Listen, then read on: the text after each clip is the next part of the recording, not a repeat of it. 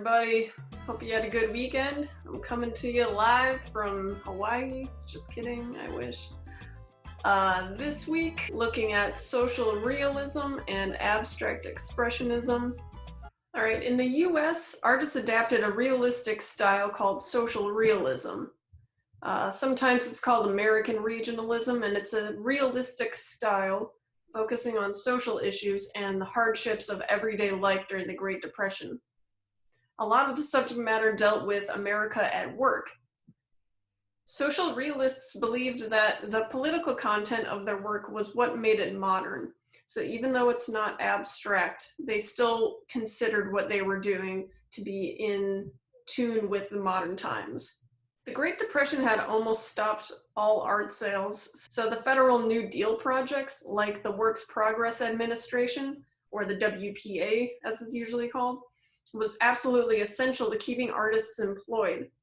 The WPA was the largest and most ambitious of all the American New Deal agencies, and they employed millions of people. One of its contributing architects, John Lewis Wilson Jr., one of the first African-American architects registered in New York.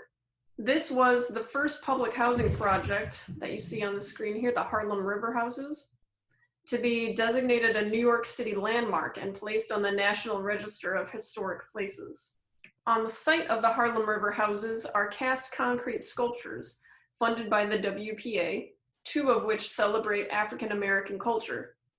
The work was done by a team headed by a Jewish emigre escaping Nazi Germany named Heinz Warnecke, and included a prominent Black sculptor named James Richmond Barthé.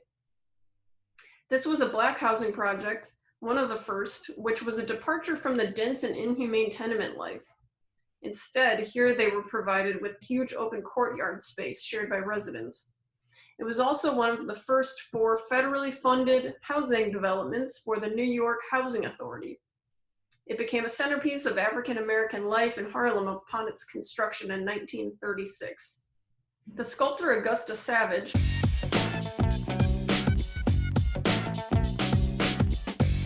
also in Harlem, opened an art school which evolved into the Harlem Community Art Center, another focal area for the Harlem Renaissance, funded by the WPA. Although the funding helped, familiar discrimination surfaced from WPA officials who objected to a Black woman having such a prominent leadership role. Margaret Burroughs was another badass, excuse my French.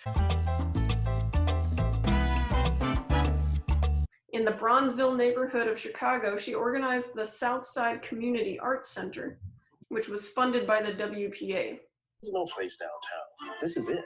And the right people were here at the right time. The right mix was here. Nat King Cole come in town. They come here. This was it. Eleanor Roosevelt attended the opening and everything. It was an exhibition space. They had art classes and they held poetry readings. Of more than 100 community art centers established by the WPA, this is the only one that still remains open. It was also awarded landmark status in 1994 and is also on the National Register of Historic Places. WPA artists were responsible for a number of public art projects, including tons of murals across the Chicago area. A number of the murals created by WPA artists in the Chicago area, most notably in Oak Park, have since been removed. Looking at these 2 examples, can you guess why? So essentially, they were removed because the murals only included white children. They no longer reflected the communities for which they were made. I talked about these murals in another class earlier this semester, and we discussed the controversy together. What do you think? Do you think that the murals should have been removed and perhaps replaced with murals that more accurately reflect the new, more diverse student body? Or do you think it's a form of censorship? Or do you think that the original murals could have been kept and used as a teaching tool, and perhaps new murals could be commissioned to show the changes to the community? What do you think? Also part of the New Deal was the Farm Security Administration, or FSA, designed to assist poor farmers during the Dust Bowl and the Great Depression. During the FSA's existence was a small but highly influential photography program that portrayed the challenges of rural poverty. The program was headed by Roy Stryker, who initially headed the photograph division of the Resettlement Administration. Under the direction of Roy Stryker, FSA photographers like Dorothea Lange and others were assigned to document small-town life and to demonstrate how the federal government was attempting to improve the lot of rural communities during the Great Depression. Here we're looking at a few photographs by Walker Evans, who, even though he was employed through federal government, was more interested in highlighting the individual plight of everyday Americans. He wanted to give them a sense of dignity and respect, much like Grant Wood's depiction of rural life in painting. One of the most famous FSA photographs is on the left here. It's by Dorothea Lange, and it's called Migrant Mother. It depicts a mother and her children in a settlement in California in 1936. One critic called the photograph on the left timeless, a vital reflection of the times. Lange also took a ton of other photos during her time with the family, like the one that we see on the right there, but the other photos were never as popular as the one on the left. So what do you think makes that one on the left especially timeless? What do you think makes it a reflection of the times? Speaking of timelessness and of its time, The Wizard of Oz depicts life in Dust Bowl America and the desire for some sort of escapism during that bleak time.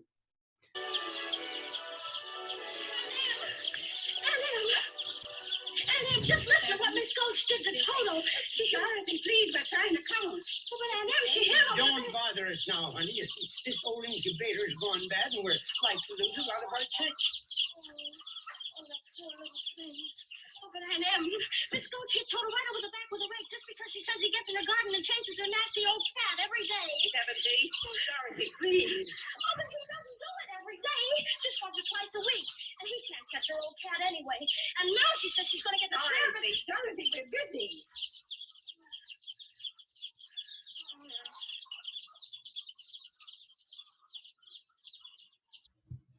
Meanwhile, in Europe, keep in mind that in 1939, the world was a very scary place. The need to escape reality seems understandable. In Munich, just a few years earlier, was the so-called degenerate art exhibit, which was an exhibit meant to mock modern art, like Dada, Expressionism, Surrealism, Fauvism, and Cubism.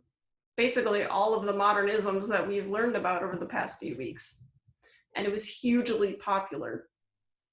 This degenerate art exhibit had 2 million visitors in Munich alone. It was organized by the Nazi Party, and the sign on the wall here says, "Take Dada seriously, it's worth it." Keep in mind, Dada was international. So why do you think this could have been a problem for Hitler or for the Nazi Party? Hitler said upon the opening of the exhibit, "Cubism, Dadaism, Futurism, Impressionism have nothing to do with our German people. I will therefore confess now that I have come to the final inalterable decision to clean house, just as I have done in the domain of political confusion." Artists, architects, and teachers lost their jobs first, then either fled to other countries or were sent to concentration camps. It reminds us of the power of art, that it can provide an argument and justification for such powerful and frightening ideologies. This is the kind of art that the Nazi Party approved of on the upper left. Anything that promoted the notion of one unified, unadulterated people. Realistic, even maybe surrealistic in style. It's what I would call a creepy classicism. All art and film was supposed to elevate Hitler to godlike status. The shot from below looking up that we see in the film still on the bottom right here, that's a common tactic in propaganda art. In American art of the next decade, abstract art thrived in the work of Jackson Pollock and other abstract expressionists, who we'll talk about in a moment. Charlie Chaplin and others mercilessly parodied Hitler, promoting American art and culture as emblems of the freedoms fostered under a liberal democracy, in contrast to the tight constraint in Germany and other totalitarian regimes. But were we so free? We know we weren't. Anti-Semitism was at a high in the 1930s. Several surveys taken between 1940 and 1946 found that Jewish people were seen as a greater threat to the welfare of the US than any other national, religious, or racial group. And with the great migration of African Americans from the rural South to the northern cities, racial tensions exploded, most violently in Chicago, and lynchings increased dramatically in the 1920s. Many white people defended their space with violence, intimidation, or legal tactics. The lyrics from Somewhere Over the Rainbow seem like a pipe dream.